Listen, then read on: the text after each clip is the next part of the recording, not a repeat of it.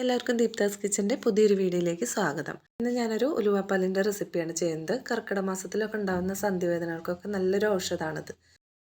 ഏത് മാസത്തിലായാലും സന്ധിവേദനകളൊക്കെ ഉണ്ടാകുമ്പോൾ അടുപ്പിച്ചൊരു 3 ദിവസമെങ്കിലും ഇത് കുടിക്കുകയാണെങ്കിൽ നല്ലതാണ്. അപ്പോൾ ഇത് എങ്ങനെയാണ് ചെയ്യുന്നതെന്ന് നോക്കാം. ഇതിന് വേണ്ടിയിട്ട് 3 ടേബിൾ സ്പൂൺ ഉലുവ ഒരു പാത്രത്തിലേക്ക് ഇട്ട് കൊടുക്കാം. ഇത് നന്നായിട്ടൊന്ന് കുതിർത്തിയെടുക്കണം. തലേ ദിവസം രാത്രിയാണ് ഞാനിത് കുതിരാനായിട്ട് വെക്കുന്നത്.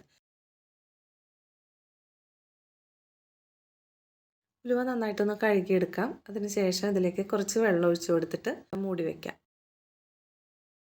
പിറ്റേ ദിവസം രാവിലെയാണ് ഞാനത് തുറന്നു നോക്കുന്നത്. ഇപ്പം നന്നായിട്ട് ഇത് കുതിർന്ന് വന്നിട്ടുണ്ട്. ഇങ്ങനെ കുതിരുമ്പോൾ തന്നെ ഉലുവയുടെ കയ്പ്പൊക്കെ നന്നായിട്ട് കുറഞ്ഞിട്ടുണ്ടാവും. ഇനി വേവിച്ചെടുക്കാനായിട്ടൊരു കുക്കറിലേക്ക് മാറ്റാം. ഇതിലെ വെള്ളമൊന്നും മാറ്റരുത്. ഇതേ വെള്ളത്തിലാണ് നമ്മൾ വേവിച്ചെടുക്കേണ്ടത്. വെള്ളം കുറച്ച് കുറവായിരുന്നു, അതുകൊണ്ട് കുറച്ചും കൂടി വെള്ളം ഒഴിച്ചു കൊടുക്കാം. ഇനി ഇത് നന്നായിട്ട് വേവിച്ചെടുക്കണം. 2-3 വിസിലൊക്കെ ആകുമ്പോഴേക്കും നന്നായിട്ട് വെന്ത് കിട്ടും. ഇനി ഇതിലേക്ക് നമുക്ക് നാളികേരപ്പാൽ വേണം. അതിന് വേണ്ടിയിട്ട് 1 കപ്പ് തേങ്ങ ചിരകിയത് എടുത്തിട്ടുണ്ട്. 1/4 കപ്പ് വെള്ളം കൂടി ചേർത്തിട്ടാണ് അരച്ചെടുക്കേണ്ടത്. ഇപ്പോൾ ഒരു 3 വിസിൽ വന്നതിന് ശേഷം ഇതിലെ പ്രഷറൊക്കെ കംപ്ലീറ്റ് പോയതിന് ശേഷമാണ് ഞാൻ തുറന്ന് നോക്കുന്നത്. ഉലുവയൊക്കെ നന്നായിട്ട് വെന്തിട്ടുണ്ട്. ഇനി ഉലുവയൊക്കെ നന്നായിട്ടൊന്ന് ചൂടാറട്ടെ. ചൂടാറിയതിന് ശേഷം നമുക്കൊരു മിക്സിയുടെ ജാറിലിട്ട് നന്നായിട്ട് അരച്ചെടുക്കാം.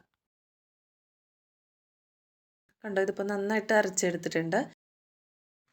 ഇനി വേവിച്ചെടുത്തിട്ടുള്ള അതേ കുക്കറിലേക്ക് തന്നെ മാറ്റുകയാണ്. സ്റ്റൗവിൽ വെച്ചിട്ട് ഇത് നന്നായിട്ടൊന്ന് ചൂടാക്കിയെടുക്കാം. കണ്ടോ, ഇതിപ്പോൾ ഇത്രയും കട്ടിയിലിരിക്കുന്നുണ്ട്. ഇനി ബാക്കിയുള്ള ചേരുവകളൊക്കെ ചേർക്കുമ്പോൾ ഇത് കുറച്ചുകൂടി ഒന്ന് ലൂസായിട്ട് വന്നോളൂ.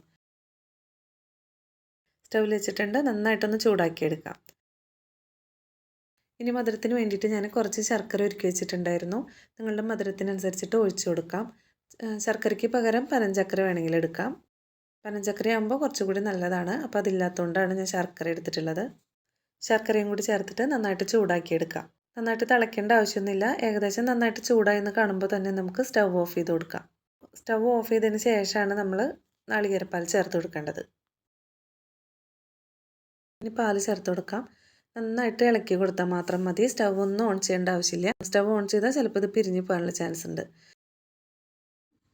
തേങ്ങാപ്പാലും ശർക്കരയൊക്കെ ചേർത്തപ്പോൾ തന്നെ ഇത് നന്നായിട്ട് ലൂസായി വന്നിട്ടുണ്ട്. ഇത്രയേ ഉള്ളൂ. ഉലുവാപ്പാൽ ഇവിടെ റെഡി ആയിട്ടുണ്ട്.